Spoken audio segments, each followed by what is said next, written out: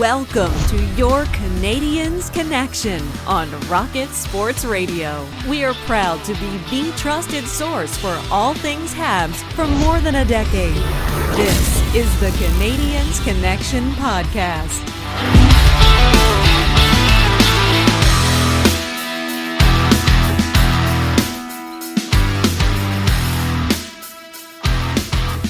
Well, hello everyone, and welcome to the Canadiens Connection podcast here on Rocket Sports Radio, keeping you informed, engaged, and entertained, of course. Hey, guess what? I'm sure you have figured out by now that I am not Michael Spinella, but don't worry, he's going to be back again next week. I am happy to be here in his place, just temporarily. My name is Amy Johnson. I'll be your host for today's show for episode 264 of the Canadiens Connection podcast. And of course, I'm pleased to be joined in the studio by my co-host, the founder and president of Rocket Sports and the site editor for the Hockey News Montreal team site. He is Mr. Rick Stevens. And how are you doing today, sir? Doing great. Welcome back. Glad that you're here in the hosting chair. And you mentioned Michael Spinella. He'll be back in the second segment. That's true. Yes. Yeah, we're doing our big 10 bold prediction show, and we get the whole team together to do that. The Rocket Sports panel for the 10 bold predictions. And you mentioned the Hockey News. We're excited for this season because the Rocket Sports team is on the Hockey News Montreal, thn.com/Montreal. And we're excited to get this thing going. Absolutely. Finally, the preseason is coming to an end. Thank God. And I said to you before we started that it's even shorter for the Habs this year. They only have 6 preseason games. And I'm already like, can we just get on with it? Could we just make it 4 preseason games? Because, all right, I'm at the point where I'm like, I don't care anymore. Just make your decisions and let's make things count. Let's go. Yeah, the Canadiens, I don't know how exactly that happened, but down to 6 preseason games from 8. Other teams still have 8. The Ottawa Senators, who they'll be meeting on Saturday night, it'll be their 8th preseason games. And that's, much, much too long. Absolutely. Well, we have lots to cover today, that's for sure. We're going to get you caught up on all of the latest news about any roster updates, training camp, look a little bit at some Canadiens prospects. Laval started their training camp this week. We'll get you kind of caught up on what's happening down in the AHL.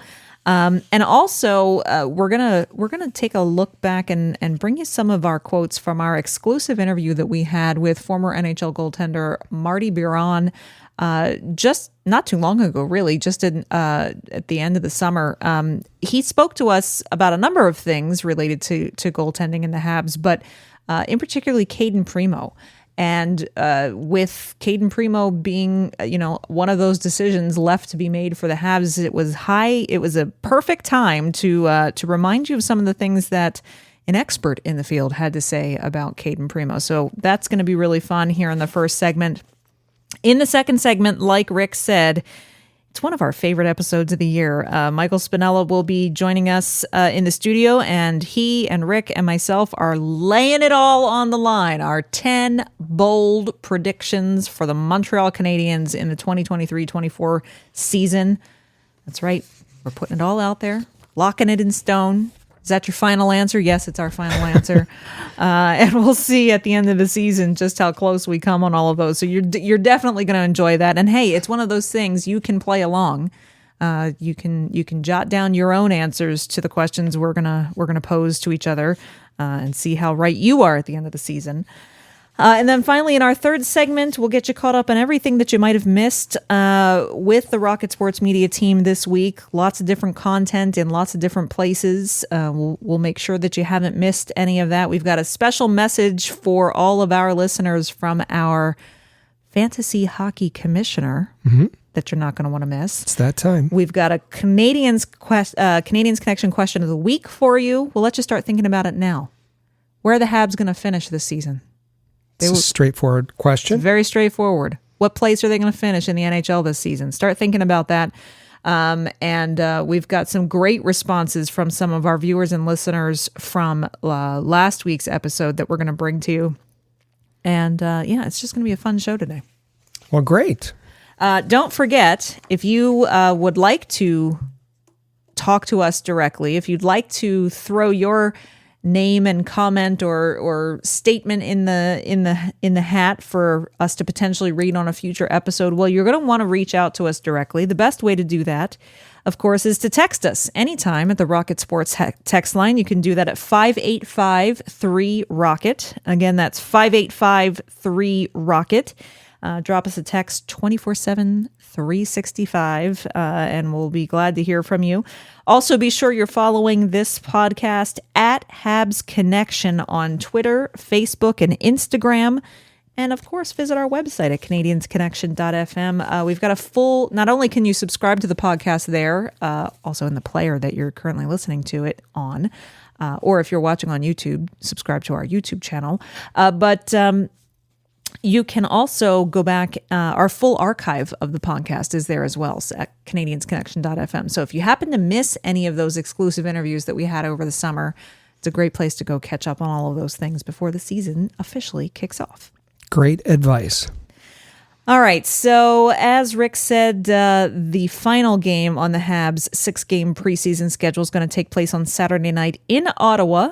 They faced off in the since everyone last met here on the Canadiens Connection. They've played 2 games, both against Toronto. One of them was the second of the back-to-back at the Bell Centre against Toronto.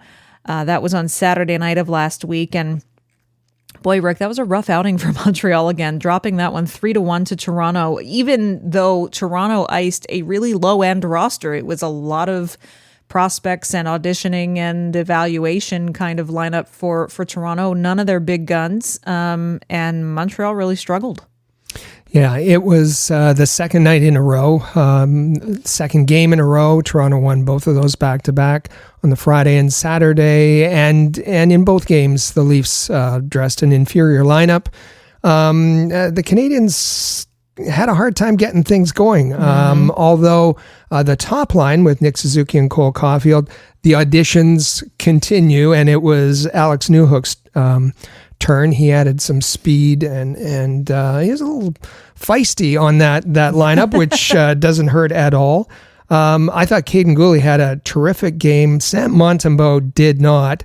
And yes, they dropped that one 3-1. Then they headed out for their first road game of the preseason on Monday night, traveling to Toronto to take on the Leafs for the final time in the preseason. It was 3-1. No, we're not. Just keep saying that. We're not flashing back to 2021. We're not. It's the fact that it started out really, it was looking a little dire there for the Canadiens to start this game, because this time Toronto did ice some of their big guys. Austin Matthews was out there. Mitch Marner was out there. William Nylander was out there. And so Toronto was kind of making quick work of Montreal, but kudos to the Canadiens. They found a way to get some life in their game, tied it up, and Captain Suzuki coming through very early in the OT for Montreal to finally get a win, 5-4 in overtime against the Leafs. Jake Allen with the win in goal. And yeah, let's be honest, the Canadiens didn't have their best game. They were the second best team on the ice that night, Yeah. but fortunately they persevered, had a good third period. Kirby Dach with a really important goal at the end of the second period. And then he assisted on the tying goal in the final minute, Suzuki in overtime, as you said. And yeah, like celebrating a win in Toronto. Yeah, that's always fun. So the Canadiens are 2-3-0 in their exhibition games. They've got one more on the calendar. That's Saturday night against the Ottawa Senators in Ottawa. The Senators have actually been tearing up their preseason. They are 6-1 in their preseason. So it's going to be interesting for a couple of different ways to see how this last preseason game goes. Montembeault's back in net. Matheson's back from injury. The auditions on the top line with Caulfield and Suzuki continue. They're putting Raphael Harvey-Pinard on the first line with them tonight, which I think is now we're just getting a little silly, in all honesty, in my opinion. But okay, the fans will love it. It'll be entertaining. have at it. Ottawa, on the other hand, recalled 6 guys from Belleville early on Saturday morning, and they're basically icing like an AHL lineup. There are none of their regular starters are going to be in the lineup on Saturday night. I don't know what they're doing. Yeah, none of their regular starters are there. I guess with a 6-1 record in 7 games, they figure they've learned everything they need to learn, and they're ensuring that there's no injuries. But that's an ugly looking lineup for Ottawa on Saturday night. Including Igor Sokolov, who had to clear waivers on waivers early this week. and cleared waivers, which might have been a surprise. Bernard Docker grabbed, but he's playing on the top line for Ottawa. For the Canadiens, a 2-3 record so far in the preseason. I think the one thing there is you look at the 13 goals for. The games have been close. They've only given up 16, but 13 goals for, that's not very good. That's the Senators. Now they've had a couple of extra games. They're at 23 in the division. That's the weakest offense in the Atlantic for the Canadiens. So that kind of signals that might be a little bit of a problem coming in this season, especially given that for the most part, Montreal has only faced one serious NHL lineup, and that was Monday night. That's right. And just to clarify, Bernard Docker did clear waivers as well as Sokolov. It was Lassie Thompson who was claimed off of waivers by Ottawa. Thank you. No Thank problem. You for that. Don't mean to correct you. Just want to make sure we're giving the right information out there. There was one of them. Yeah. It was one of those Senators guys, Do I cover the Senators? No, I don't. All right. So as far as injuries and roster news, just mentioned it really. Mike Matheson apparently done with his minor injury. He'll be back in the lineup, which is good news. And training camp, really, things kind of... what I think was the weird thing about training camp was kind of related.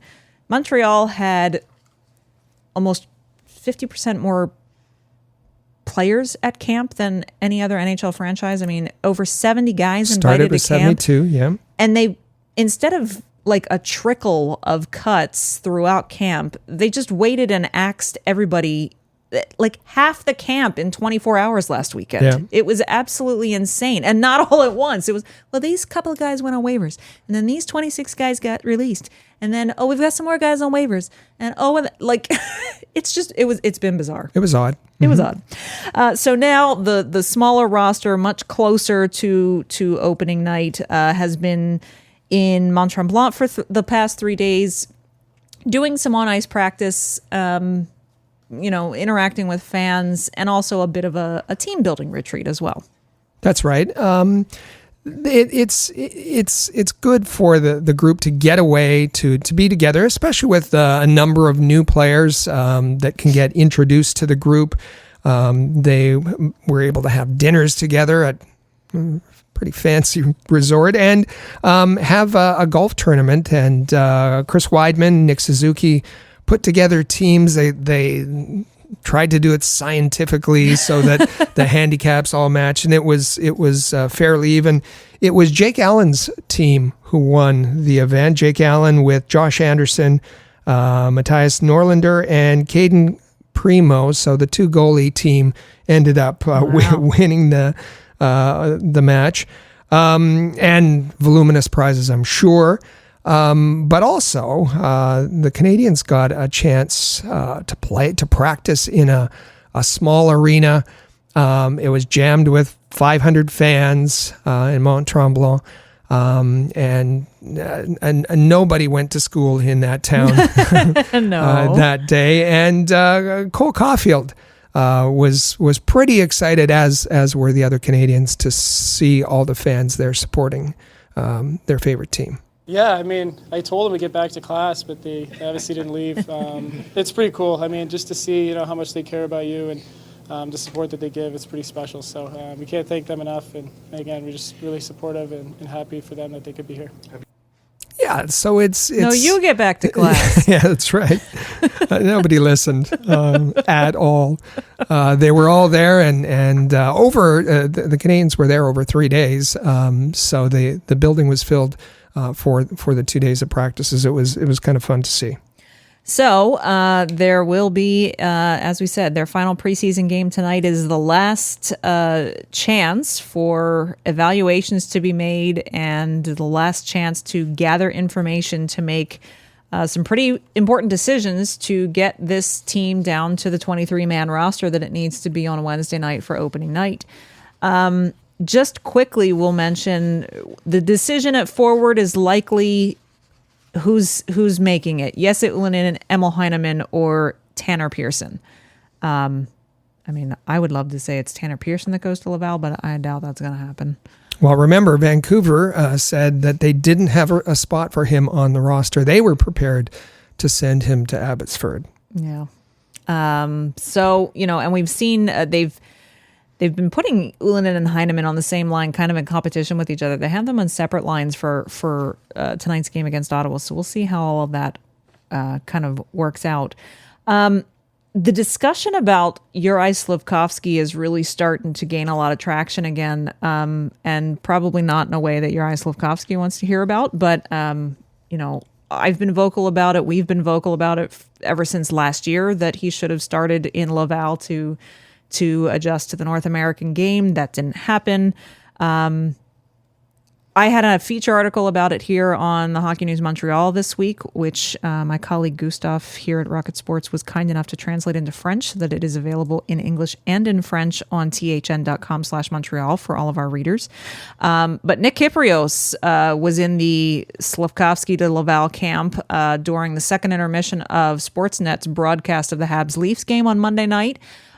He had some pretty strong statements to make, Rick, and other people in the media are also starting to ask this question: is he best served by spending not the whole season, but just even a little bit of time in Laval to kind of get over the hump of the things he's struggling with? Yeah, it was a discussion on TSN Overdrive.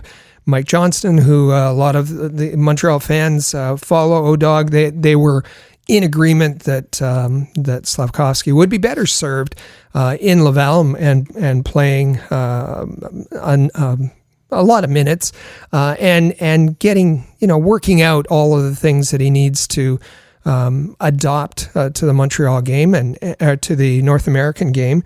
I think generally to summarize the discussion is.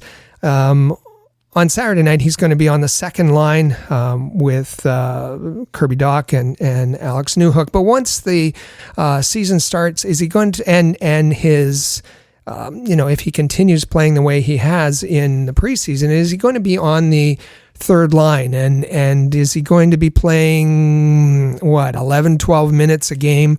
And is that helpful for his development?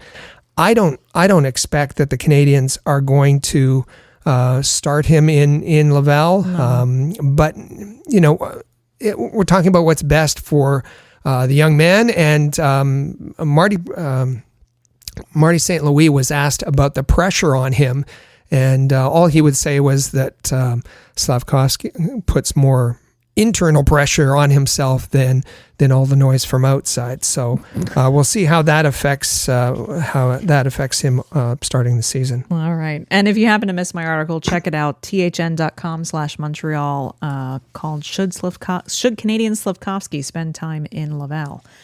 Also, a decision needs to be made on the blue line, really coming down to Justin Barron, Gustav Lindstrom, and Matthias Norlinder. I do notice that Lindstrom is on the top pairing for this final preseason game, so I didn't think that he was overly exceptional the last time he played, so I think this will be a good test as to what he can really bring up on that top pairing. Both he and Barron on the right side, right shot defenseman. Obviously, Lindstrom with much more NHL experience, much more pro experience than Barron, and we'll see what happens there. And of course, you've got what's happening in goal. We know that there are three left: Jake Allen, Sam Montembeault, Cayden Primeau. Montembeault is starting tonight. Primeau will be backing up. Allegedly, Montembeault is supposed to get the full game.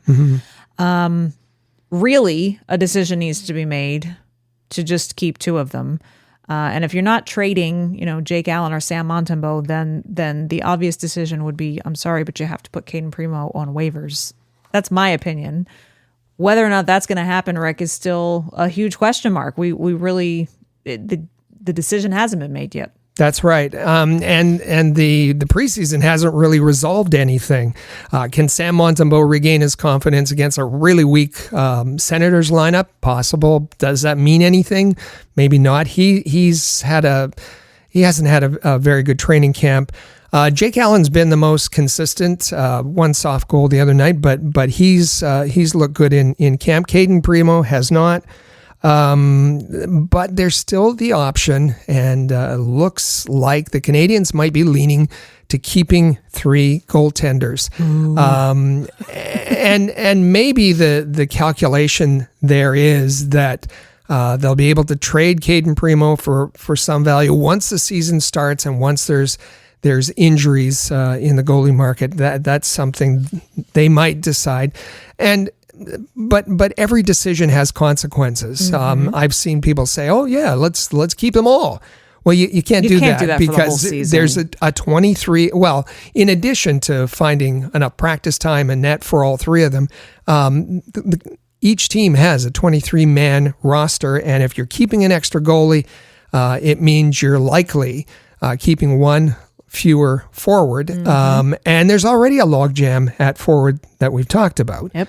Many have said maybe they'll just keep 6 defensemen because there's no major road trips in the month of October. That's always a possibility, but a little bit of a risky one. So we'll see how that all pans out.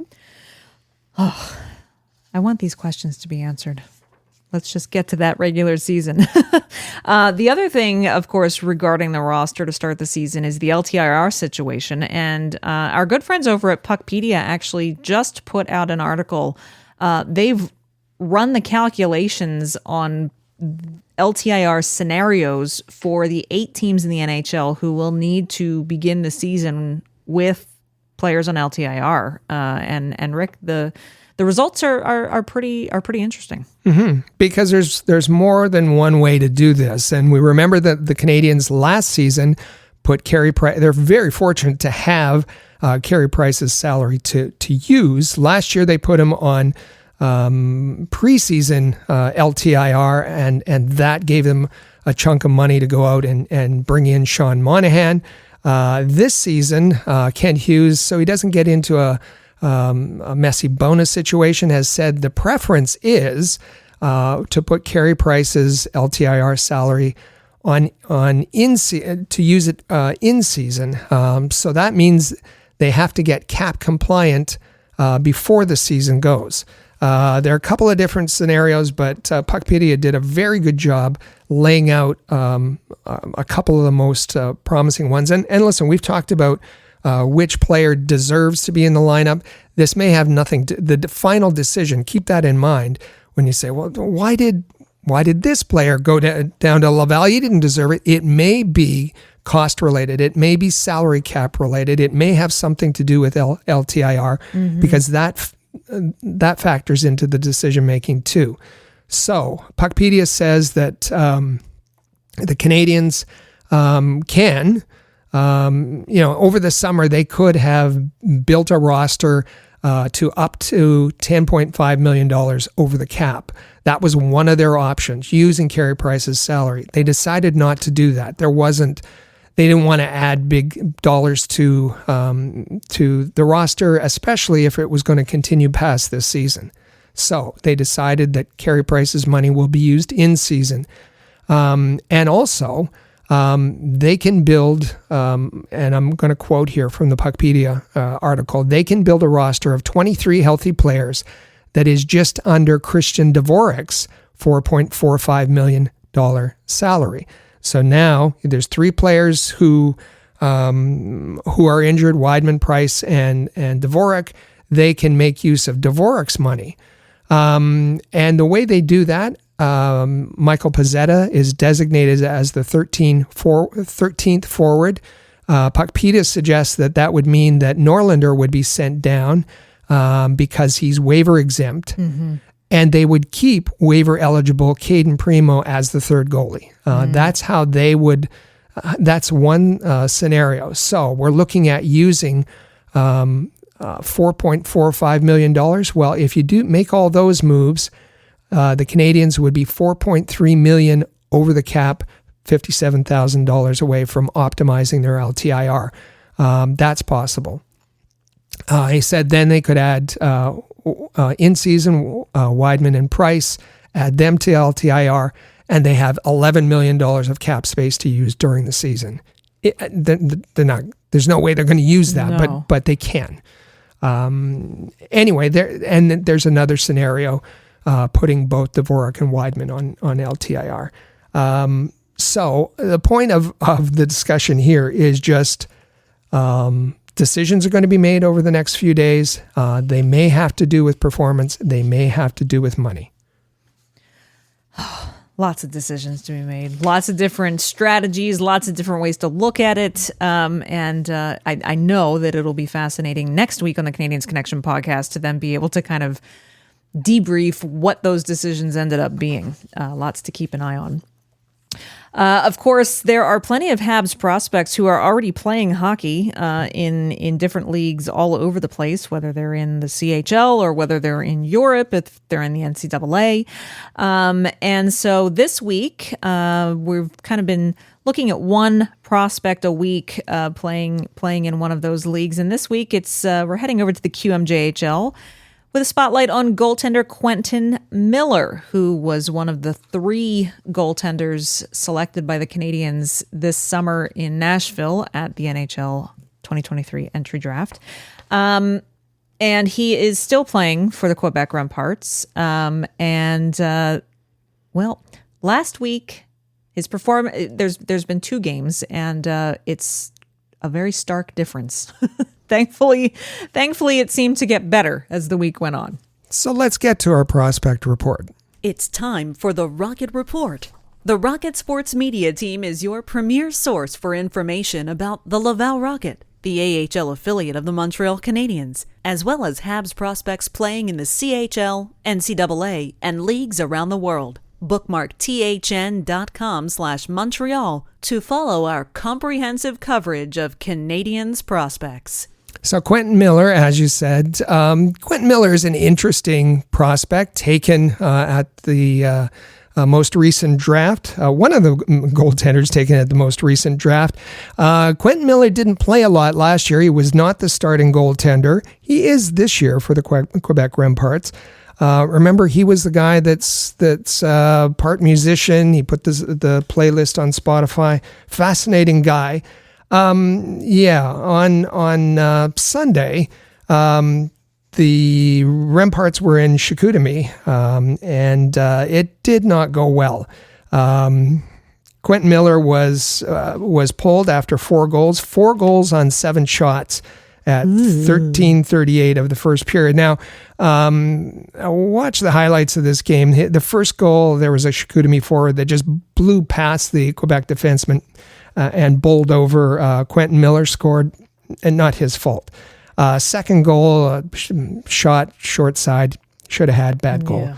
Third goal was a kind of a weak point shot, just flung at the net that went through a screen. I don't know about that one. And the fourth goal was a tough one too. So a tough start for Quentin Miller there. However, he was able to get redemption on Friday night. Quebec was back home and playing Val-d'Or, and Quentin Miller just allowed 1 goal on 24 shots, and the Remparts got a 3-1 victory. So that was that's. I think it's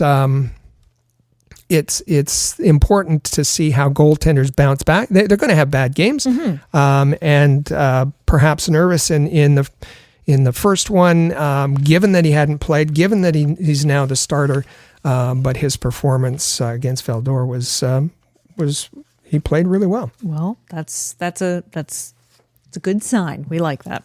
The Laval Rocket has their training camp underway. That kicked off on Monday, of course. And after their first of 2 preseason games, they have made their first round of cuts, cutting 9 players, 4 forwards and 5 defensemen from camp on Friday.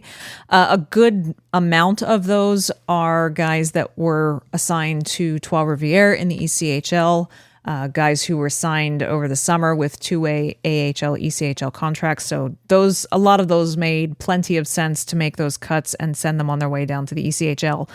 The one for me, Rick, that really stuck out was the fact that Ty Smolanek was one of the ones who was cut from Laval's training camp, leaving him without a contract right now to play anywhere for the 2023-24 season. If we remember, Ty Smolanek was playing for Quinnipiac a couple of years ago, spent 2 years there, transferred to Wisconsin, only played 14 games for Wisconsin last season, but was slated to go back there again this fall, even as early as late as development camp back in July. And then suddenly he showed up at rookie camp, apparently deciding to not continue his NCAA journey. It's been a little surprising the way things have gone for Smolanek the last couple of months. And who is Ty Smolanek? Well, we remember that he was acquired in the Ben Sherratt trade. There was a first-round pick. That first-round pick went to Colorado for part of the what was sent to Colorado for Alex Newhook and Ty Smolanek in that trade, in the Sherratt trade. It's odd. Well, he had 1 year of eligibility left in the NCAA. We know that NCAA players cannot attend, by rule, NHL training camps. So he gave up that year of NCAA eligibility, wanted to come to the Canadiens training camp, and came without any kind of contract, wanting to prove himself, wanting to earn a contract. And, well, it doesn't appear that way so far. That leaves him kind of in limbo. And yeah, it's a series of odd decisions. And we know that, as you said, just 14 games last year, and he took a mental health break.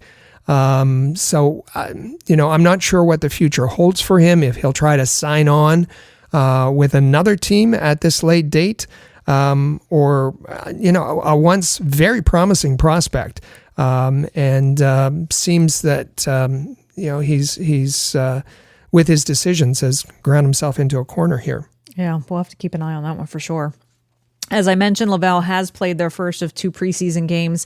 Neither one of their preseason games are open to the public, and neither one of them are streamed online. So if anyone was hoping to watch them, I'm sorry, but you're out of luck.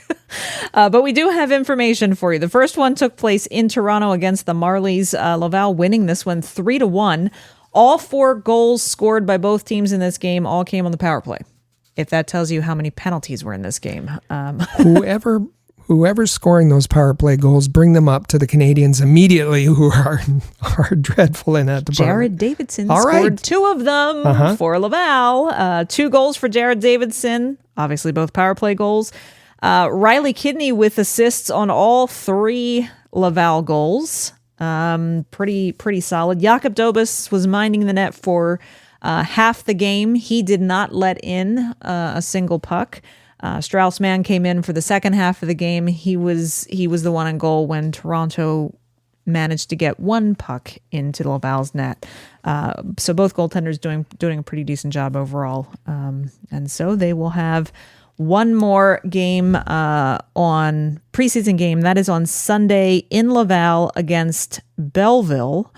That is Belleville at Laval at 1:00 on Sunday afternoon. And our own Chris G will be there, so we'll have some updates for you on how that all goes down. You can find that at thn.com/Montreal. And of course, coming soon. If you're a fan, we've talked about Quentin Miller in the QMJHL. If you are a fan of Quebec Major Junior Hockey and are looking for good English language coverage of the Q, well, we're going to have the answer for you coming soon with a thn.com/QMJHL site nice. to be announced soon. So be sure to follow us at Rocket Sports. We'll be sure to have all of the updates on that as they become available. You said there's no video, there's no broadcast of the Sunday game for Laval? They will not be streamed. No, it will not. And none on Thursday. And there was not one on Thursday. No. Right. So I'd suggest that you need Rocket Sports more than ever to know about How these else games. will you know? Exactly. How else will you know? Just Jared Davidson. We've been on the Jared Davidson bandwagon, trying to get him an ELC. The 2 goals, he got a game winner, 7 shots on goal, led the Laval 7 shots on goal. Interesting though, and Kidney with a 3 assist, tremendous. The Jan Mishak, who was criticized for not being a player who can provide offense, had an assist in that game and was second on the team with 4 shots on goal. So just like keeping track of that as well. I'm going to keep track of that every game, I think. All right. We talked about this at the top of the show. We understand a lot of people kind of take a mental break from hockey over the summer. Maybe you missed some of our episodes of the Canadiens Connection podcast over the summer. Don't worry. We're not mad. We're not going to hold grudge. It's what our archive is for. As long as you go canadiensconnection.fm and go listen to all the episodes you missed over the summer, It's your homework. We'll be good. However, one of those exclusive interviews we had was with former NHLer Marty Biron, and had a lot of fascinating things to say. If you'd like to hear the entire interview, there was a lot that Marty talked about with us about the Canadiens. That is episode 253 of the Canadiens Connection podcast. And as we mentioned, we don't know yet where Cayden Primeau is going to start the season. And the Canadiens are going to have to make that decision of what they're going to do with him and the goaltending situation in general very quickly in the next few days. And this was a topic, Cayden Primeau and his development, how he plays, how he looks, his potential, all of those things are topics that Biron touched on with us in our interview with him back in August. And we just want to remind you of some of the things that he said. I mean, Marty Biron is an absolute expert on goaltending. He played the position in the NHL for a long time. He is an analyst for the Buffalo Sabres, and he runs a goaltending school. He knows what he's talking about. And so, first off, he had this to say back in August on the progression of Cayden Primeau's development from the time that he was back, in his younger days to where he's at now. And again, when it comes to development, and I know Cayden Primeau a little bit. I mean, obviously I know his dad, Keith, and I remember being told when Cayden was 14 years old and 13 years old, like, he's going to be good, And he's extremely good. But I feel like his development has plateaued. It has plateaued over the last 2 years. It has not continued up the graphic, right? The line has not continued up. It has plateaued. So this was, and we should say that Marty Biron was on the show to talk about the Canadiens goaltending structure, about all the goaltenders, about the ideal goaltender. And as you said, a complete expert. He has a detailed book on every goaltender in both the NHL and AHL and some of the prospect goaltenders, a book on every goaltender, and as he said, he knows Keith, played with Keith, and has followed Cayden Primeau for a long time, since he was 14 years old. Marty's got connections, and what you don't want to see is a goaltender who has reached a certain point in their development, and then it just levels off, and stalls, and there's no further growing, no further growth, and Marty talked about there might be reasons for that with COVID and all those kinds of things, but it's still you don't get to put an asterisk beside your name and said, hey, wait a minute, but I didn't have the same opportunity. You don't. You have to perform, and he hasn't been doing that. No, he hasn't. So one of the decisions that we've mentioned that Ken Hughes and Marty St. Louis and Jeff Gordon have to make is whether or not they're going to expose him to waivers here in the next few days in order to send him down to Laval if they decide to not keep 3 goaltenders on the Canadiens roster. Well, Marty had something to say about that if they do put him on waivers. I don't think the Canadiens are worried that they would lose Cayden Primeau if they had to put him on waivers to send him to Laval. So he says they aren't worried about losing Cayden Primeau. I think the added part of that is I don't think they're willing to lose him for nothing, or at least that's been the posture that they've had, that they would like to get a return rather than putting him on waivers and having him picked up for free by another team. Now, the team who picks him up would have to commit to having him as an NHL backup, and for a month. Yeah, that would be a big risk for one of those teams. They would have to be in a desperate injury situation to make that move. So a lot of it boils down to, but I don't get it. Cayden Primeau looks okay and sometimes looks more than okay when he's playing in the AHL. Why is it not coming together for him when he goes to the NHL? And why is that probably going to be a big question for any team that could potentially have the opportunity to claim him off of waivers and, as Rick said, would need to keep him in the NHL for at least 30 days? Well, Marty did a really good job of breaking down Cayden Primeau's techniques and the issues that seem to be kind of holding him back. I watched Cayden Primeau play, and I think there's big deficiencies in his game. I don't think he's got the NHL speed. So maybe he's had good success at the AHL level, but then he gets to the NHL, and I think the speed is very, very evident that it's lacking. And I think he lacks athleticism too. Now, people are going to say, oh, he's made some very athletic saves where he dives around or whatever. That's not really what I'm talking about. I'm talking about body control. I'm talking about being able to explode one way, and then all of a sudden you have to plant an edge, you have to have body control, and you explode the other way. Like, I feel like so many times we see Cayden Primeau where he pushes one direction, and if the play's there, he's going to be in the right position. But if the play moves to another location, it takes a while for him to get there. So that's where the speed and the athleticism of goaltending is important, and I think he's behind in these two fronts. Excellent point by Marty, and it shows the difference, I think, between the AHL and the NHL. That Cayden Primeau can push in one direction and get there, but that works in the AHL. He can move from side to side and be there, but in the NHL, there's more skill, and oftentimes there is an extra pass. And if he has to go back the other way, he doesn't have the athleticism to do that. He doesn't have the body control to be able to stop and move in the other direction. Speed for a goaltender, I know it sounds odd, speed for a goaltender is really important. And these are things that Cayden hasn't progressed on. He hasn't developed. He's plateaued.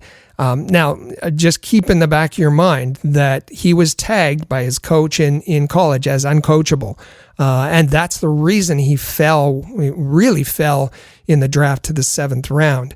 Now, are some of those things coming out now? Or is it just a matter of having been his prime development years happening in the COVID era? We don't know, but obviously he hasn't progressed to be able to deal with the skill and speed of NHL hockey. Again, if you missed that entire interview, and it's a good 20 to 30 minutes long with Marty Biron, be sure to head over to CanadiensConnection.fm and listen to episode 253. There's a lot those 3 clips alone were well worth revisiting, but there was a lot more content from that interview that you're not going to want to miss. Moving just around now to some general news from around the NHL. Gary Bettman says, quote, "The state of the league is very strong." Yeah. And gavel hits, I suppose. Good news. NHL salary cap could increase by $4.5 million next season. That'd be a nice little jump. That's great news. And Gary said the escrow that the players received more than the 50% of revenues. So there was escrow money owing, and it's taken a long time to pay that back, especially in the revenue reduced years. That's why the salary cap has remained flat. Gary said there's about $50 million owing yet, but that'll be paid back by the end of this season. So as much as a $4.5 million increase for next season, which will get the cap up to about $88 million. Raise your hand if you are a fan of NFL Red Zone, which is quite popular with football fans to be able to just constantly get to watch every team around the NFL as soon as they enter the red zone, and you can see touchdowns happen all over the place. It's very popular. It is a very popular paid premium feature that you can subscribe to. Well, the NHL and ESPN are going to take their own version of NFL Red Zone for a test drive on October 24th. They're calling it the Frozen Frenzy. It's the night that all 32 teams are in action. And Steve Buccigross is going to be the one hosting it for ESPN. And Rick, that's going to be... I like Red Zone. I like the concept of Red Zone, but goals happen a heck of a lot faster than touchdowns do. I think that is going to be... I'm really curious to see how they can make this not chaotic. And see how this looks. Or maybe the chaos is what attracts people. Maybe. I don't know. We already thought it was chaotic that all 32 teams would be playing on October 24th, and they have that staggered start. Every 15 minutes a game starts, which is interesting. This kind of coverage is called whip around coverage, where you just whip around from game to game to game to game. It's going to be fascinating. And I give ESPN credit for bringing it to hockey and trying it in hockey. It'll be on ESPN2, I believe, for our folks in the States, and really curious to see how this works out. You're looking at, you have to constantly evolve how you grow the game in terms of broadcasting particularly. And we know that, people consume things a lot faster these days. And so, it's a great kind of, just test it out. If it falls flat, you move on. But if it takes off, who knows, might become a thing. Talking about testing things out and finding new ways to grow the game and reach an audience, if you are a hockey fan, I think anywhere, Canada's got its own broadcasting roadblocks. For us in the U.S., the big roadblock is that no streaming service offers the NHL Network, and the NHL Network carries certain national games and junior games and World Juniors and, you name the draft and free agency and trade deadline, you name it. It's really difficult to find a place, if you're a hockey fan, to find just one place to have all of your hockey watching needs. And the Vegas Golden Knights are going to try something new this year. They are offering a new digital streaming service called Nighttime Plus, where they're going to stream the 69 regular season games that aren't a national broadcast. So this is not including the 13 games that will be a national broadcast that anybody can catch. The other 69 regular season games are going to be offered in a streaming, digital streaming service package, including the first round of the playoffs. Called Nighttime Plus, just from the Vegas Golden Knights. This is a really interesting concept, Rick, and I think people might start jumping on that train. Yeah, I think so too. Interesting for Vegas fans, but even interesting for Montreal Canadiens fans, because we know that while there are 3 years left on that massive contract, it was enormous, that was signed. Giving rights, the National Hockey League giving rights to Sportsnet and TVA Sport for national games for the Montreal Canadiens. RDS has some regional stuff as well.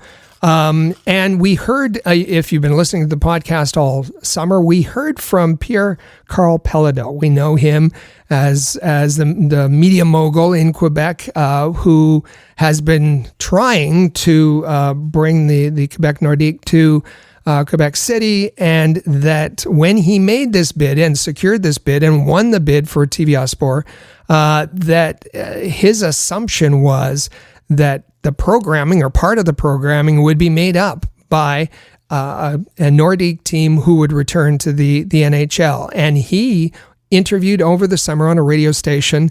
We had it here on the Canadiens Connection, said, listen, let's stop lying to ourselves.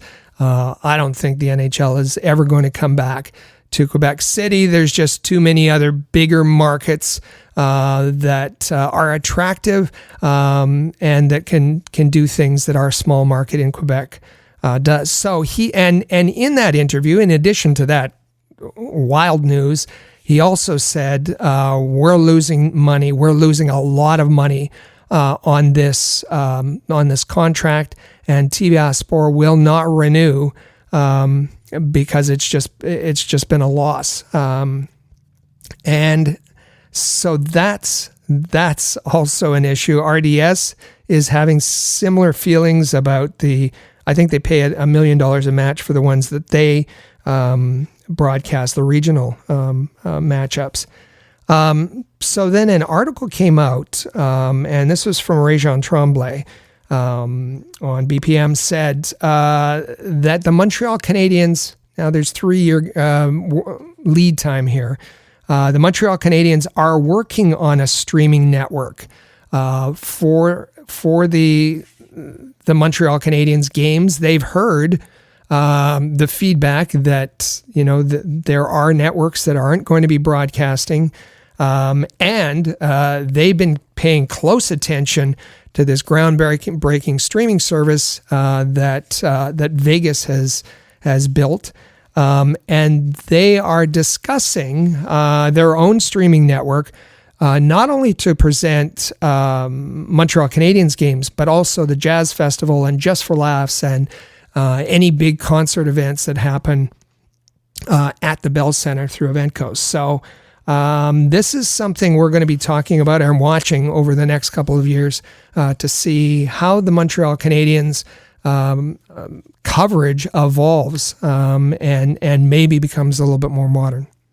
I for one am all for that. Let's make ease of access for watching hockey easier for people, not more difficult. All right, we are going to take our first break here on the Canadiens Connection podcast. Still to come, of course, we're going to tackle our question of the week later in the show. Remember, we're wanting to know where you think the Habs are going to finish in the league this season. What place will they finish? Be sure you leave comments at Rocket Sports on Twitter or at Rocket Sports, the fan page on Facebook. But coming up next, well, in our big topic segment, Michael Spinella is going to slide into the studio here with both Rick and myself, and we are going to lay out our 10 bold predictions for the Habs for this upcoming season. You can play along. Grab a pen and a piece of paper. Let's all make our opinions heard. You're not going to want to miss that, so stay with us. This is the Canadiens Connection podcast on Rocket Sports Radio. We are back with another week of football, and DraftKings Sportsbook is keeping us in on the NFL action with great offers every single game day. New customers can bet $5 and get $200 instantly in bonus bets. Throw $5 down on any of this week's epic matchups to walk away an instant winner. And DraftKings isn't stopping there. All customers can take advantage of 2 new offers every game day this September. Football's more fun when you're in on the action, so download the app now and sign up with code THPN. New customers can bet just $5 to get $200 instantly in bonus bets. Only on DraftKings Sportsbook, an official sports betting partner of the NFL, with code THPN. The crown is yours. Gambling problem? Call 1-800-GAMBLER or visit www.1800gambler.net. In New York, call 877-8-HOPE-NY or text HOPE-NY 467-369. In Connecticut, help is available for problem gambling. Call 888-789-7777 or visit ccpg.org. Please play responsibly. On behalf of Boot Hill Casino and Resort, KS. Licensee partner Golden Nugget Lake Charles, LA. 21 plus age varies by jurisdiction. Void in Ontario. See sportsbook.draftkings.com/football terms for eligibility, terms, and responsible gaming resources. Bonus bets expire 7 days after issuance. Eligibility and deposit restrictions apply.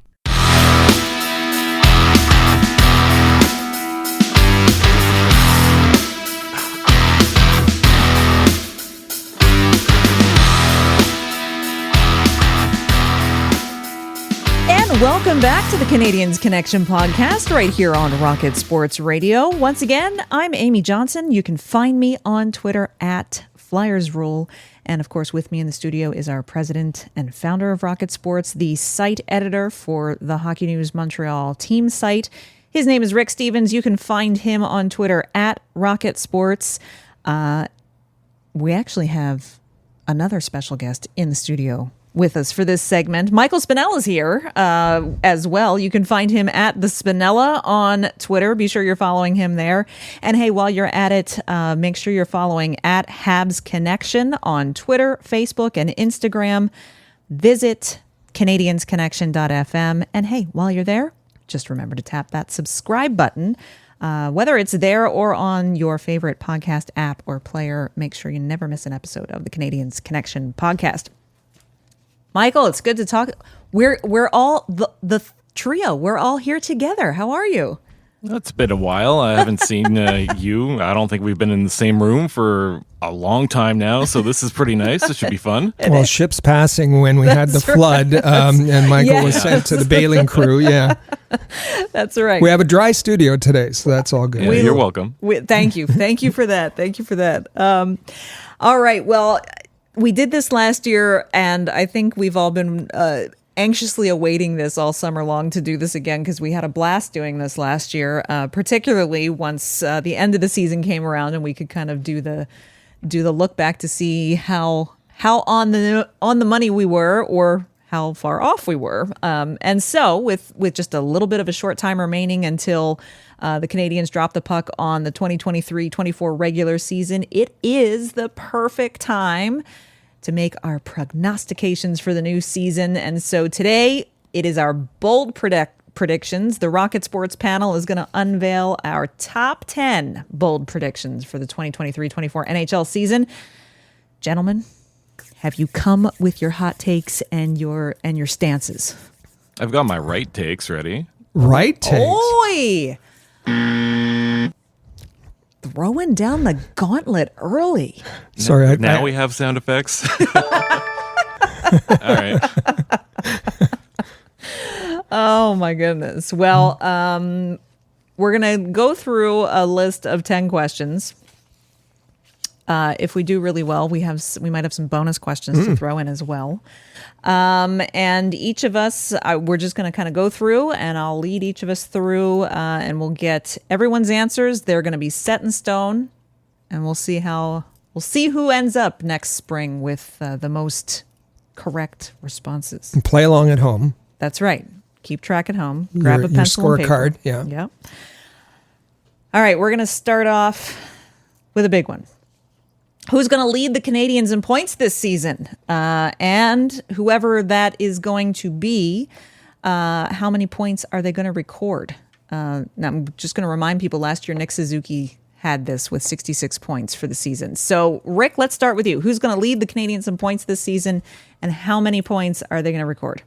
I think this is probably the most straightforward of the questions we'll be answering today. If he played 82 games last season, if he's healthy this season, Nick Suzuki is going to lead Montreal Canadiens in points. An uptick from last year, in my opinion, to 75 points. We talked about it on the podcast last week about Nick Suzuki. In order to get into that tier of first-line players, first-line centers, he's going to have to be a point-a-game player.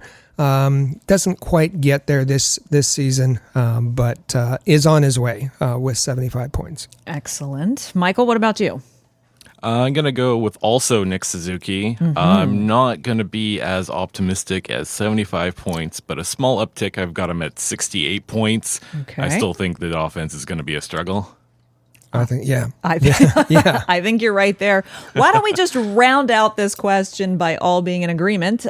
Because I'm also going to say that it is Nick Suzuki. But you're right. These are bold predictions, putting him at 80 points for the season. I say he's going to, last year, Nick Suzuki was the guy. Despite another pretty horrible season, he was the guy who was the bright spot on the offense. I think he'll continue to do that this year. And if Cole Caulfield can stay healthy with him, I think that's where he's going to get that uptick in his point production. So I'm saying Suzuki's going to hit the 80 point threshold. Optimistic. It's a bold prediction. That's what we're here for. All right, so continuing with the theme of the offense, we're going to start with Cole Caulfield. I'm going to go first this time. Will Cole Caulfield score more or less than 45 goals this season? And that's a good question. And I'm going to say more. In fact, I'm going to say less. Okay. I wrote the wrong thing down when I did my prep. It's actually less. I'm going to say less. I'm going to say he's at 43 for the season. Okay. Rick, where do you fall with this? I say he had 26 goals in 46 games last season. So a terrific pace. Scoring in a full season. He hasn't played a full season yet. 82 games. It's tougher. I'm going to say less, but just slightly less at 44 goals for the season. Oh, we're just one apart then. All right. So what does Michael Spinella think about this? Well, I think Cole Caulfield is the best 40-goal scorer to never actually score 40 goals as of yet. That's a great point. So I'm going to go with less. I'm going to say 35 goals for Cole Caulfield, as we're yet to see him play a full 82 games. Now that's a bold prediction. I like it. All right, Michael, we're going to come to you first on this one. Alex Newhook, the big, bright, shiny new bauble on the Canadiens roster. Is he going to record? Now, let's remember, last year, he was another one who played all 82 games last year, but only 30 points on his record for last season. So is Alex Newhook going to record more or less than 40 points in the NHL this season? I'm going to go with less again. I'm going to have him at 35 points. 35 points. Okay. I am going to be boldly optimistic because of the price tag that they paid for him. I'm going to say that he's going to have more, and I'm going to say he's going to have 44 points this season. We'll see what happens. So, Rick, where does that put you? Well, my answer is he better. That's right. He better have more than 40 points. That's right. For the price they paid for Alex Newhook, he better have more than 40 points. He's going to get opportunity. Not that he didn't get opportunity in Colorado, but there's going to be more patience, as we've said before, with him. And if he is, there's been auditions going on for the top line, the third player to go along with Suzuki and Caulfield.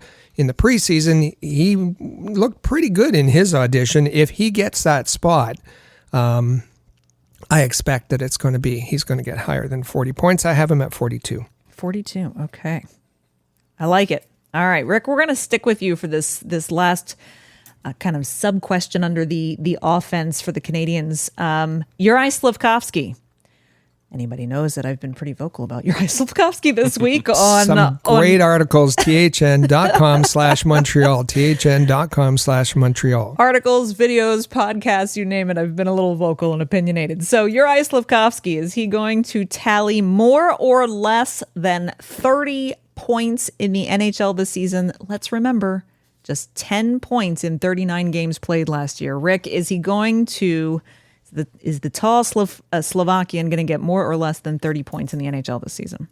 So expectations were pretty high for him in year one, and why wouldn't they be? He's a first overall pick. Mm-hmm. They should be high for him in his rookie season, but it was an injury shortened season, and even when he was in the lineup, not that impressive. But other players have had rough first seasons, and then they've exploded after that. Is he going to be a Jack Hughes? Is he going to be a Alexis Lafreniere? What end of the spectrum is he going to be? I don't see him breaking out this year. I think more the things that I'll be looking for is whether he can stay healthy and whether he can secure a regular spot in the lineup, whether that's on the third line, second line, wherever it is, if he can secure a spot and feel comfortable. But no, he's not. So more or less than 30 points for Slafkovsky? Less. Do you have a number or no? I didn't. I don't. That's fair. I don't. That's fair. Michael, what about you? Yeah, I think consistency is an issue. We've seen it in the preseason so far, although he's had glimpses of what he can do. I'm going to go with 20 points, so less. I think he's going to have some trouble continuously being a threat, and he might show some flashes here and there, but I don't think it will be that much. I would agree with both of you. I don't think he hits 30 points this year. I say it's less. I think he gets close at 27, and I'll just continue my opinion for this week. I think the only way that he gets 27 points is if he goes to Laval for a little while. Hey. All right. So moving from the offense to the crease conundrum. Will any Canadiens goaltender win more than 21 games this season? If we remember back to last year, Sam Montembeault won just 16 games. Jake Allen just 15 games. So will any Canadiens goaltender win more than 21 games this season? I'm going to come out of the gate and say no on this one. Rick, what about you? No. Michael? It's going to be no all around. I think especially if they're not going to put Cayden Primeau on waivers as of yet anyway. We might have 3 goalies in that crease, so it's going to go down. Yeah, and this it depends on whether Jake Allen is going to be healthy all the way through, if they're going to maintain the even split. Montembeault hasn't looked good in the preseason. Mm-hmm. Jake gave up a funny kind of goal the other night, so I don't think so. Not looking good for the goaltending. Not looking good. All right, Michael, I'm going to ask you this one first. Arbor Jackeye. Last year, in his 59 games played, he dropped the gloves 9 times. He had 9 fights last year. Is he going to fight more or less than 11 times this season? I'm going to go with more. I think he could get to the 12 to 13 range. I've mentioned it before that the Atlantic Division has brought in some fighters over the offseason. So you have Reeves, McEwen, Milan Lucic, all of Florida. I think anyone on Tampa is willing to drop the gloves as well. So I think that number is going to go up. I'm going to say 12 to 13 fights. Well, I'm kind of right in the same area with you. I'm saying more as well. I'm actually going with lucky number 13. And quite frankly, I could have gone higher, but I'm going to take Arbor Jackeye at his word that he's going to select his fighting opportunities more carefully this season. So I'm saying more, but just at 13. Rick, what sayeth you? I'm going to say less. I'll be different. And it's for precisely that reason that you mentioned, that he said he's going to be more selective. Last year, in addition to standing up for his teammates, he also had to send a message. So he was initiating fights. He was making his reputation known. And one of the things that interested me, he had 9 fights last year, only 2 on the road, 7 at home. So it was kind of a crowd-pleasing gesture. Did he need to get involved in the fight, or was it for the Bell Center crowd? Maybe he needs to do that a little less this year. So I have him at less fights. I'm going to go with an even 10. An even 10. All right. We'll see. Maybe he might be dropping the gloves just here and then. I don't know. Okay. Defense. We've talked about the offense. We've talked about the goaltending. Let's talk just briefly about the defense. Rick, I'm going to come to you first on this one. this is defense in terms of prospects. We know that there's quite a logjam for blue liner prospects for the Canadiens right now. So who is going to play more games at defense for the Canadiens this season? Matthias Norlinder, Logan Mailloux, Gustav Lindstrom, or William Trudeau? That's quite a list. And, each of them has looked good at times. William Trudeau was pretty good in the rookie tournament. Logan Mailloux had a great training camp. And I think people noticed, his offense that he can provide and his physicality. Norlinder has, I think, taken a real step since last season, and Gustav Lindstrom, he has been an NHL defenseman in the past. A lot of it's going to depend on injuries and what side of the what shot they need in a call up. You have two left-handers in Norlinder and Trudeau. You have two right-handers in Mailloux and Lindstrom. I'm going to go with Lindstrom. He's a little older. He's 24 years old, and he has 128 games of NHL experience. So I think that's going to mean something, and they're going to want to let the other prospects play a lot of games in Laval. All right. That's a very good answer. Michael, what do you think about this one? You've got Norlinder, Mailloux, Lindstrom, or Trudeau. Who plays more games at defense for the Canadiens this year?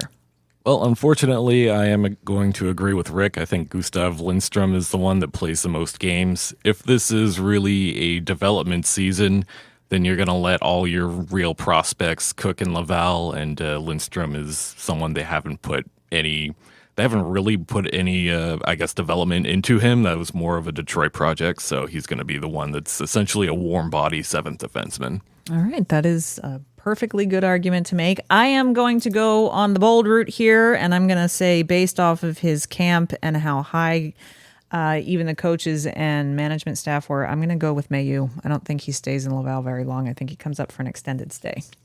Nice. All right, so this next question, now we're getting into roster, the composition of the roster and how it might change through the season. And we're going to talk, this will be a bit more of a little bit of a rapid fire because I'm going to I have a list of players here, all who question mark, are they going to be traded by the trade deadline? Yes or no? So Michael, we're going to start with you. David Savard. Yes. Rick? Yes. I say no. Sean Monahan. Michael? Yes. Rick? Yes. I also agree. Josh Anderson. Michael? Nope. Rick? I think Josh Anderson is going to be traded in the calendar in the 2024 calendar year, but I don't think it's going to happen during the season. Okay, and I also say no as far as before the trade deadline. Right. Christian Dvorak. Spinella, coming to you. It's another no. Rick? No. I say yes. Devo All right. goes. Tanner Pearson. Michael? No, I don't think this is a tradable asset. Sorry, Tanner Pearson. Rick? Not traded, but I think he'll be put on waivers and go to Laval. I also say no for the reason Michael stated and probably what Rick is saying about being put on waivers. I don't think that he's going to be worth anything as a trading chip. Yoel Armia. Michael, what about you here? Nope, this is another bad Bergevin contract that you can't move at the moment. Rick? Yeah, I agree with Michael. No, he's not going to be traded. And I agree with that as well. But what about Mike Matheson, Michael? Well, they just slapped an A on his chest, so I'm assuming he's in it for the long haul. This is another no. Rick, what about you? I say no. I think he should be traded. I think you could get a good return for him. I think the fact that he's a spokesperson is going to keep him right where he is. I'm going to differ from the two of you. I'm going to say yes, only because as a Flyers fan who saw Jeff Carter and Mike Richards get traded when they were wearing prominent letters, we've seen Max Pacioretty get traded when he was the captain. So I say those letters won't necessarily matter when it comes to a business deal, and I think Mike Matheson's going to go. Joel Edmondson. Joel Edmondson. There you go. So this isn't a person, but will Kent Hughes acquire another first-round pick before the trade deadline? Michael, what do you think? I don't think he gets anything more than a second. If there's a first-round pick on the table, I think he's going to opt for a prospect. Okay. Rick, what about you? I sure hope so. I'd really like to see that, but no, he won't. All right, and I say no as well. I don't think that he'll be willing to pay the price now that he's stocking up on prospects and so forth. I don't think he's going to be willing to pay the price to get a first rounder, and I don't think that he's got anything that's tradable that would get him that he'd be willing to give up. Well, the Canadiens have a lot of assets in terms of if Kent Hughes could package one of these that we've targeted. And with some of his other picks, that's the thinking. That's the discussion out there. Could he get a first round pick? But it's difficult to do in season. It is. All right. Speaking of prospects, let's talk a little bit about a couple of them that won't be playing with the Canadiens this season, but could make some waves elsewhere. Let's start with new goaltending prospect, Jacob Fowler. And the question here is Jacob Fowler going to represent the United States at the World Junior Championships this year? And if so, will he be their top goalie? I'll kick us off on this one. I'm going to say yes, he's going to be back at World Juniors. And no, he is not. I think there are other U.S. goaltenders that will start over him, but I do think that he'll be on the roster. Rick, what about you on this? I agree. He's going to be on the team, and he'll get some starts for sure. But it's likely that Trey Augustine will be the number one for the U.S. But it'll be a great opportunity and great experience for Fowler. Absolutely, Michael. What do you think about that? I agree that this is Trey Augustine's job to lose. I'm going to say no, he's not going to make it onto the U.S. team unless there's an emergency. I think he's going to get edged out by some of the other prospects. Okay. That's a bold prediction. That's why we ask these questions. We like it. Yeah. All right. Moving over to Lane Hudson. Rick, we're going to come to you on this first. Adam Fantilli was the one who won the Hobey Baker last year. Is Lane Hudson going to win it this year? Yes. He set all kinds of records, as we know, in his freshman season. He's going to be a marvel to watch this season and will win the Hobey Baker. All right. Michael, what do you think? I'm going to say no. It's going to be Habs fans' other favorite prospects. It's going to be one of Will Smith or Ryan Leonard. Ooh, oh. Okay. Bold prediction again. I like it. And they tend to like the offensive players when. Yeah, that's just it. Yeah. Well, that's true too. I'm going to say no as well, but I do think he'll be a finalist. All right. That's my the hat trick finalist. Yes, the hat trick finalist. All right, special teams. We love to talk about the Canadian special teams, don't we? And how wonderful they are, or or aren't. Last year, the Canadiens' power play, just 29th in the season.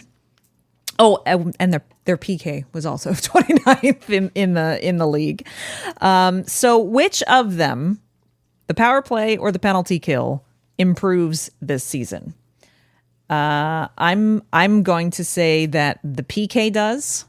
The PK hasn't looked, it's not been great, but it hasn't looked too terrible yet in the preseason. For me, the power play is never going to improve while Alex Burrows is still running it. So I go with the PK there. Michael, what do you think? I agree with you on the power play. I don't think that's getting any better.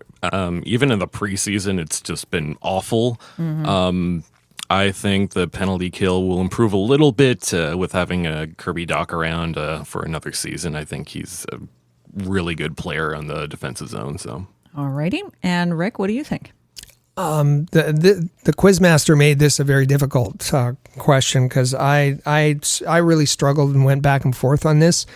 Yes, the power play has been dreadful because of Alex Burrows for the most part, but I think the Canadiens were actually pretty good on 5-on-5 last year, moving the puck, and with the talent they have, I gotta hope that that the power play is going to inch up in spite of Alex Burrows.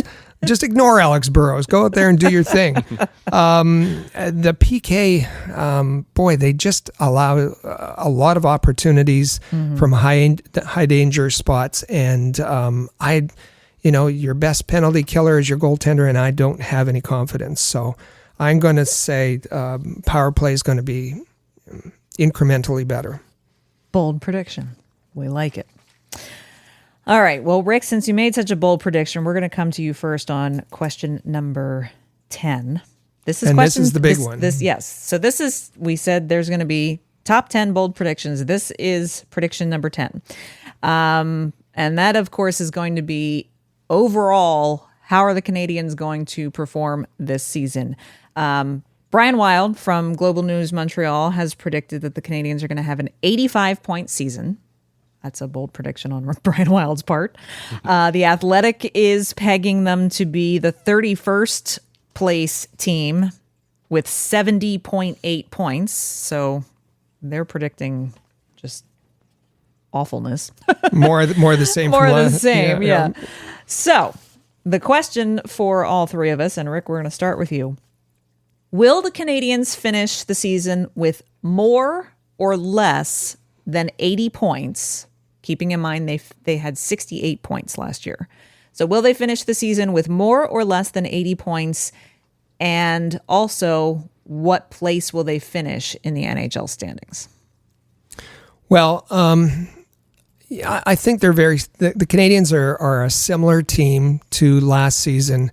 But we remember last year was, again, leading the 750-man games lost due to injury. I can't see them repeating that, and some of the players will make marginal kind of improvements. So I have them better than the 68 points of last season, but less than 80 points. I have them at 78 points and 25th place in the National Hockey League. Well, you and I are going to say the same thing on where they're going to finish. I also say they're going to finish 25th in the league. I also say they're going to have less points. I'm just not as optimistic as you. I say they're going to have less than 80 points, I should say. Just not as optimistic, putting them at 74 points for the season. So a little bit better than last year, but not quite there. Michael, where are you coming in on this one? Well, I'm going to throw a little bit of chaos into here. I'm going to say way less than 80 points. I think they get 66 points, so one fewer win. I think they're going to be 29th in the standings, which, to be honest, based on where they are in the rebuild, I think that's what they should be aiming for. Good pick. In order to get a draft pick. Yeah. So I think it's going to be a little bit more entertaining hockey, kind of similar to what we saw last year. Mm-hmm. I still think it's going to be too chaotic, and they're going to be down and out pretty early. Love these predictions. What helps them? They have an easy schedule to begin. So, Canadiens fans, you're going to be watching, and they're going to run 3 wins in a row, and you're going to be texting us messages saying, "Look at you guys! You guys are idiots." 5853 Rocket. 5853 Rocket. Remember, we're keeping the receipts. We're making notes of all of this. We're putting this out there publicly. We're going to come back at the end of the season and just see how close any of us were. All right. Well, I promised if we had some really bold predictions that maybe we'd have some bonus questions. And I think we did. I think we did. So these are going to be NHL, like league-wide questions. Okay. Some hot takes coming in right here. Who's going to be the first coach fired this season around the NHL? Michael? Well, the real answer to this was actually Mike Babcock, and it happened before the season. I don't think that's going to count. I'm going to go with DJ Smith. Obviously, Senators under new ownership. Expectations are there.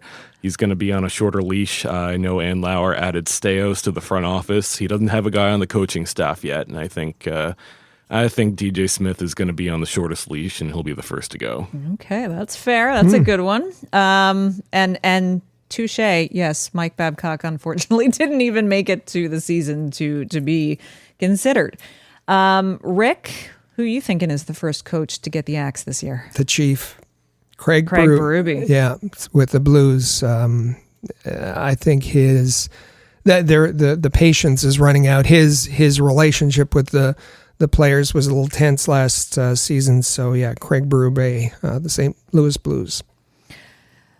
The Anaheim Ducks were awful last year. I think the Anaheim Ducks are going to be awful again this year. And so I've got, I don't care what they just signed Zegers for. I think Greg Cronin. Patrick Williams is going to be very upset with you. He likes Greg Cronin. I know he does, but I think they're going to struggle mightily again this year. All right, so that's a good one. Connor McDavid, I think the Quizmaster says the Connor McDavid's going to win the Art Ross Trophy this year. It's kind of, yeah. And the Quizmaster also has, if you don't know the Quizmaster is Rick Stevens, then we should just say that now. And the Quizmaster also believes that Connor Bedard's going to win the Calder, and I don't know why. That's quite a bold prediction. Wrong, I don't. That's Arizona really might have something to say. But who's going to win the Vezina?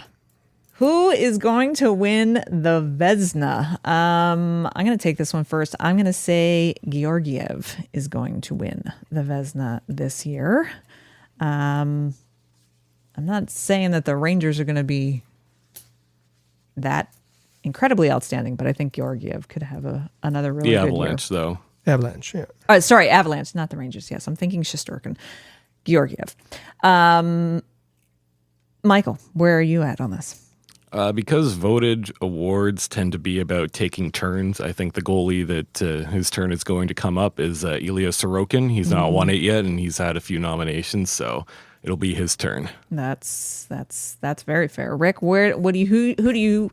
You've already said McDavid's winning the Art Ross, Bedard's winning the Calder. Who's winning the Vezina on your list? Well, I was tempted by the S's, the goalies, the Sorokins, the Saroses, the Shesterkins, but I went a different direction because we know that good goalies come out of Lakeville, Minnesota, our dear friend Charlie Lindgren, and that means that it would be Jake Ettinger with the Dallas Stars, 24 years old. He had a terrific season last year, and he's only going to have a better season this year. That's funny. Ettinger was my first choice on this, and I changed it to Georgiev. So we'll see if I end up regretting that. No one picked Montembeault. What are you saying? Oh, and you could have. That would have. Sam would have kept with your S's. I mean, I had a fantasy draft this week, and there was 20 teams and 20 players. So half the league was drafted. Sam Montembeault was drafted in the last round, 300 and some odd pick in the draft. Yeah, that's very, very. The fantasy players have spoken. Yeah. Okay. All right. Well, let's continue that S theme, the Selke Trophy, with Patrice Bergeron not in the league this season. Who's going to take their shot at the Selke Trophy and win it this year? Rick, who you got? I like Barkov for this, but I picked Nico Hischier with New Jersey. Okay. Michael, what about you? I think Vegas has some flavor of the month happening right now, and he's had a nomination before. So Mark Stone, I'm going to go with the winger. Mark Stone. Has anything to do with the fact that he's a former senator? I'm keeping on the theme of S's, so Senators and Selke. It all makes sense. Touche. All right. I also, I'm going with Rick on this one. I have Nico Hischier down as well. All right, so everything comes down to, it's another S, the Stanley Cup. Everything comes down to the Stanley Cup final. So who are going to be the two teams facing off in the Stanley Cup final, and which of them is going to win it, Michael? So I have one of my teams that missed the playoffs last season, so this is definitely going to be a hot take. Okay. I'm going to go with the Pittsburgh Penguins in the East and the Oilers in the West. And I think it's going to be kind of an old versus young situation, Crosby versus McDavid, and Crosby's going to win another cup. I think he's coming back with a vengeance after a disappointing season. Now, I was hopeful there that you're going to announce that Canada was going to win a Stanley Cup. It's not the time yet. No, okay. All right. We might have to throw down after this, Spinella, if you dare to say that the Pittsburgh Penguins are going to win this. This Flyers fan is going to have words if you think that Crosby's going to win. All right, Rick, 2 teams who are meeting in the Stanley Cup final this year, and which one of them takes it?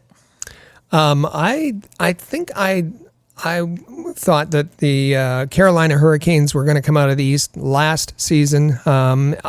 For sure, I think they're coming out the East this season. They're going to be a finalist with the Edmonton Oilers, and I'm going to have to go with the Carolina Hurricanes winning the Stanley Cup. Oh boy, you Canadians don't have a lot of faith in those Canadian teams. We've been hurt.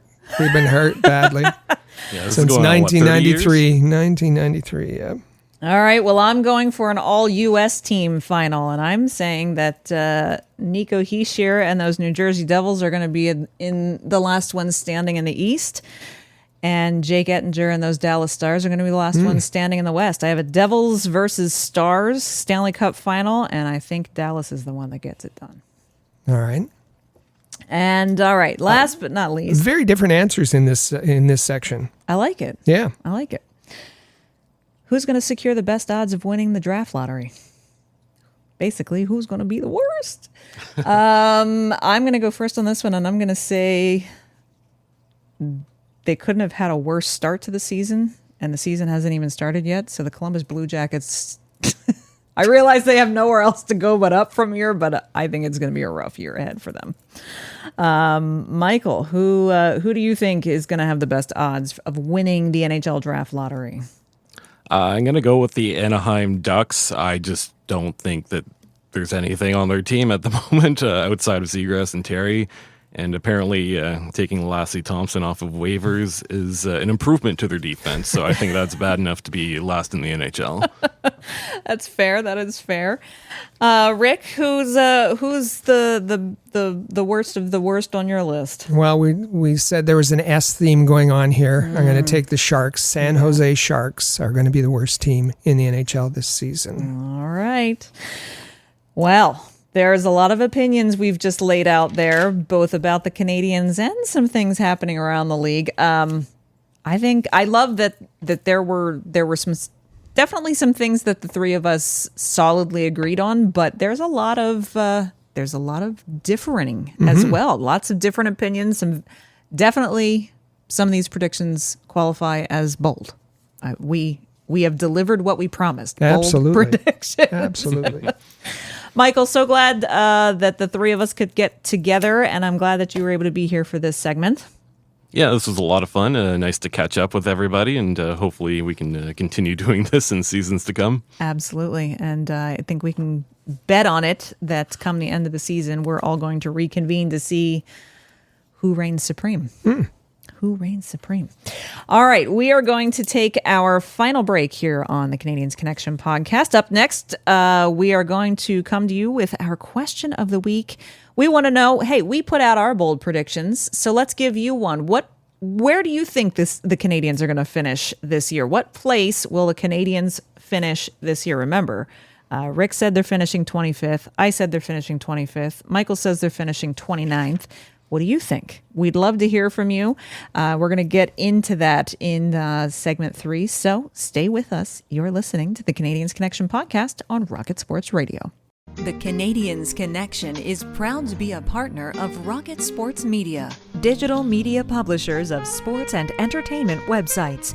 Their mission is to build a worldwide network of sports fans who are informed, engaged, entertained, and connected. Learn more about RSM, its team, and its portfolio of brands at rocketsportsmedia.com. I bet you enjoy sporting your best Habs jerseys, dressing up your kids and pets in the cutest Habs gear, and showing off your decked-out hockey cave or fanning. Well, don't just show your friends, show your Habs. The Rocket Sports Media team wants you to boast your finest pictures for our global network of Montreal Canadiens fans. Include the hashtag #ShowYourHabs when posting your fan photos on Twitter, Facebook, or Instagram. Then log on to showyourhabs.com to see your entries, along with photos and posts from Habs fans all over the world. A proud member of the Rocket Sports Media Network. If you're a business owner looking for the perfect platform to reach a targeted audience of customers, Rocket Sports Media is the solution. Our global hockey community provides unmatched social media reach to an attentive demographic of sports and entertainment fans. We can provide visibility to your company, helping you to engage and leverage this prime group of potential clientele. In addition, we also offer sponsorship opportunities for fan events and featured areas of website content, giving you name and logo recognition. Visit rocketsportsmedia.com to contact us regarding this unique marketing opportunity. For the most trusted source of news, analysis, and features about the Montreal Canadiens, log in to thn.com/Montreal, your year-round source for anything Habs-related. That's thn.com/Montreal.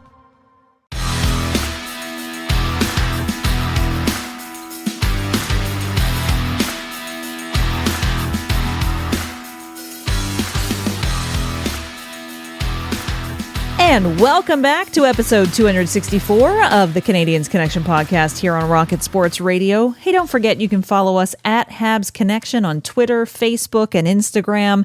You can visit our website at canadiensconnection.fm. And remember, we mentioned you can text us at any time. Questions, comments, statements, you name it, send us a text on the Rocket Sports text line at 585-3-ROCKET. This week we had lots of fun content on all of our platforms here at Rocket Sports Media. We'll kick things off with thn.com/Montreal. If you haven't bookmarked that yet, Rick, people really should have that bookmarked. Yeah, for I the should season. go do that right now. Yeah, would you please? Would you please? It's where you're going to want to go for your daily coverage of the Montreal Canadiens, the Laval Rocket, and Habs prospects. All of our typical Rocket Sports coverage. It's all in one place this year at thn.com/Montreal. And as I mentioned in the first segment, check out the Slavkovsky article that was out at the beginning of the week. There's been some news that's come out as well. I think Chris G has an article that's out this week as well. So be sure to check those out for sure. And tell your friends about it. And it's important, as you mentioned earlier in the show, that article, that Slavkovsky article, is in English. It's in French. Read it in the language that you prefer. That's right. While you're bookmarking things or subscribing to things, just wander on over to our YouTube channel. You can find that at youtube.com/allhabs, or just if you're on YouTube, just search at allhabs. And you'll find our YouTube channel. Hit subscribe, hit the notification bell. Habs Hockey Report is the show that I host there every Thursday. This past week talked about Slavkovsky and Reinbacher, basically kind of looking at Habs development and talking about what is the best path for young prospects in terms of their development. That show comes out every Thursday. You don't want to miss an episode of it. As well, perhaps you are one of our Canadiens Connection consumers who don't necessarily listen to the podcast on a podcast app, but maybe you are watching it right now and listening to it on YouTube. Because yes, if you didn't know, the Canadiens Connection podcast, it comes out on podcast apps on Saturday afternoons, but then we also put it out on YouTube for our YouTube audience every Monday. So you can find it both places. So be sure that you are subscribed to our YouTube channel at All Habs on YouTube. In terms of our podcast, yes, you're listening to the Canadiens Connection. We certainly hope you've hit subscribed by now. If you haven't done so already, then please take a second to do so. Also, our other podcast here at Rocket Sports Radio is The Press Zone. I host that every Tuesday. You can find that at thepresszone.fm. That podcast is our Laval Rocket coverage. It's basically kind of Canadiens Connection light. It's all about the Laval Rocket and the AHL. Patrick Williams, of course, joins me once in a while, a couple times a month on that show. Rick and Patrick are actually going to be on the show this coming week. You are going to want to make sure that you mark your calendar and don't miss the Press Zone this coming Tuesday. Because Rick, you're going to be there. Yeah. Patrick's going to be there. Something's got to be happening. The three of us are going to have a great kind of, all right, getting ready to start the regular season conversation. And there will be a special announcement made on the Press Zone on Tuesday that you're not going to want to miss. Very, very important announcement. So be sure that you check that out at thepresszone.fm. I promised at the top of the show that we had messages from our RSM team later in the show, particularly this week from our fantasy sports commissioner, Brian. He's got a fantasy hockey message that he asked you to put out to everyone, Rick. Yeah, well, we have, and we've been doing this since, I believe, 2011. We have fantasy sports leagues. We have fantasy football, which are well underway, and I'm doing extremely well at. And Shut up. we have, coming up soon, fantasy hockey. And we have a couple of leagues in fantasy hockey. One of those leagues has a couple of spots open. So if you like to play fantasy hockey, if you like to play fantasy sports, and maybe you haven't tried hockey yet, reach out to us right away, text us, or reach out to us on social media, because there's 3 spots open. But as we record on Saturday, we're drafting tomorrow. The draft is Sunday night, so you got to get in quick to take advantage of this. Absolutely. So be sure to text us at 585-3-ROCKET if you are interested in claiming one of the 3 spots that we have left in one of our fantasy hockey leagues. Or as Rick said, shoot us a comment on or a DM on Twitter. Just let us know. The draft is Sunday night at 9 p.m. And as much as Rick wants to boast about how well he's doing in fantasy football this week, you should just ask him next week. We got to move on. You should ask him next week how well he's doing, because he and I are facing off in our Rocket Sports Keeper League this week. So much news at this time of year. We probably won't have a chance to get to it. We'll see, buddy. We'll see. All right. Canadiens Connection question of the week. We've mentioned this to you, and we will remind you. We want to know. You heard from all 3 of us in the second segment where we think the Canadiens are going to finish in the standings this year. Well, we want to know what you think. Where do you believe the Montreal Canadiens will finish in the NHL standings this year? What place are they going to occupy when the regular season comes to an end? Send us a message at the Rocket Sports text line, 585-3-ROCKET. Send us an email, drop us a comment on Twitter or Facebook or YouTube. You just let us know what you think. Fascinated to see how the fans are feeling in terms of confidence of what the Canadiens are going to do this season. Of course, this week it was 10 bold predictions. Last week it was 10 burning questions. Lots of 10 things that start with B's. It's a theme that we like have. lists. We like lists. So last week you and Michael reviewed the 10 burning questions that the Montreal Canadiens should answer this coming season. And last week, the question for our listeners was, who has impressed and who has disappointed you the most so far in this preseason? We had we had a ton of responses to that question. We've picked out a few of our favorites. I'm actually going to start with a couple of comments that we got on our YouTube channel. These are 2 people who are listening to the Canadiens Connection podcast on our YouTube channel. The first comes from Frank Huber on YouTube. He says, another interesting show, much to think about. Slafkovsky is not that critical to the successful rebuild, but yes, the Habs would certainly feel it if he turns out to be a bust. The P word for Slav is patience. Stick him in the AHL for a year or 2.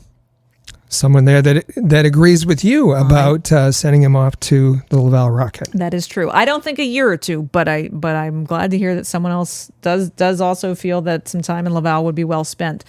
Réjean Demuchel, also from YouTube, he's a loyal watcher of the Habs Hockey Report show, but suddenly discovered that the Canadiens Connection podcast was also now on YouTube. And so he listened to the Canadiens Connection podcast for the first time last week. And absolutely loved his comment, said, first time here, I'm enjoying listening to you gentlemen. Nothing to see, but everything to listen to.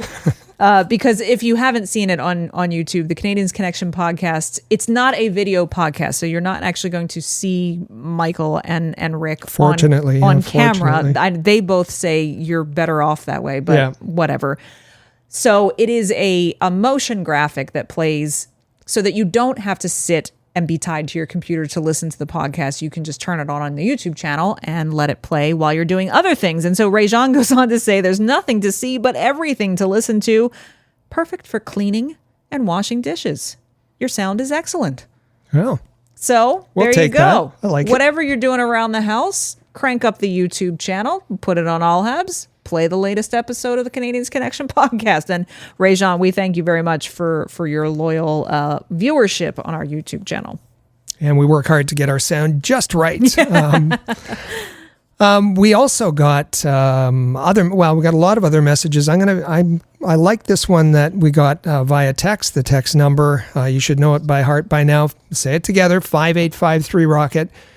Ken from Weyburn, Saskatchewan says, and when you send in your messages, it's really helpful that you give us your first name and where you are located. Yeah. Ken from Weyburn, Saskatchewan, Habs fans are everywhere, says, my burning question, relating to last week's episode, my burning question is, where have you guys been hiding? Well, Ken, we've this is our 6th season of the Canadiens Connection, and we've been doing podcasting since 2011. Rocket Sports has, Habs 360 before. Ken goes on to say, no, shame on me for not finding you sooner. Great podcast. As far as your question, I want to see more of Logan Mailloux. He's really impressed me in camp. Nice. I like it. On our Facebook page, we have Bev Sini says, unfortunately, the final roster will be based firstly on the waiver ineligibility and second, the cap. Interesting, because that's just what we were talking about earlier in the first segment. Don't be surprised if a number of defense, along with Slafkovsky, are temporarily sent down to allow them to keep Price on the roster until they can officially put him on LTIR after the season deadline starts. We may also see Armia put on waivers, or even Allen short term. Jake Allen depends on how Primeau performs in training camp. So lots of opinions there, but Bev zeroed in on what we were talking about earlier, that it there may be other factors other than performance. And Bev also thinks Slafkovsky's going to go to Laval. I'm just tallying people who are on my side here. I see. So thank you so much to all of you for your comments, and all of your comments whom we didn't have an opportunity to read. Be sure to send your messages in 5853 Rocket on Facebook, on YouTube, wherever you can leave us a message. Leave your messages early and often. How about that? Coming up this week, we know that there is a final preseason game that's going to take place between Montreal and Ottawa. Or Belleville.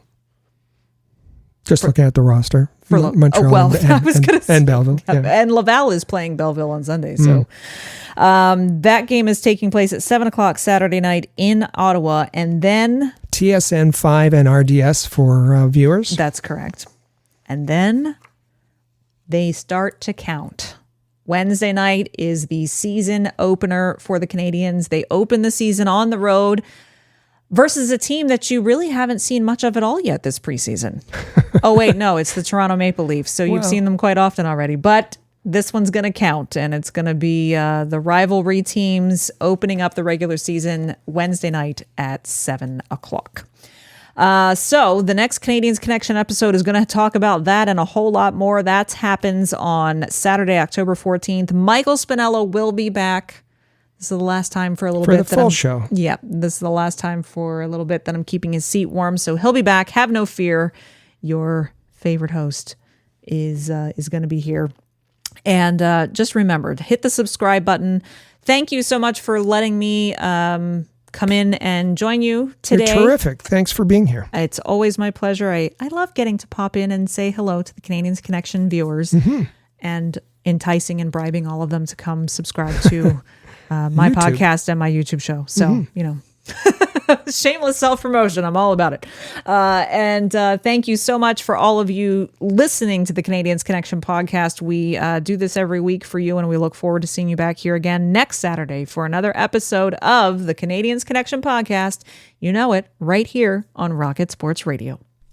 Click subscribe so you never miss an episode of Canadiens Connection. Follow us on Twitter, Facebook, and Instagram at Rocket Sports.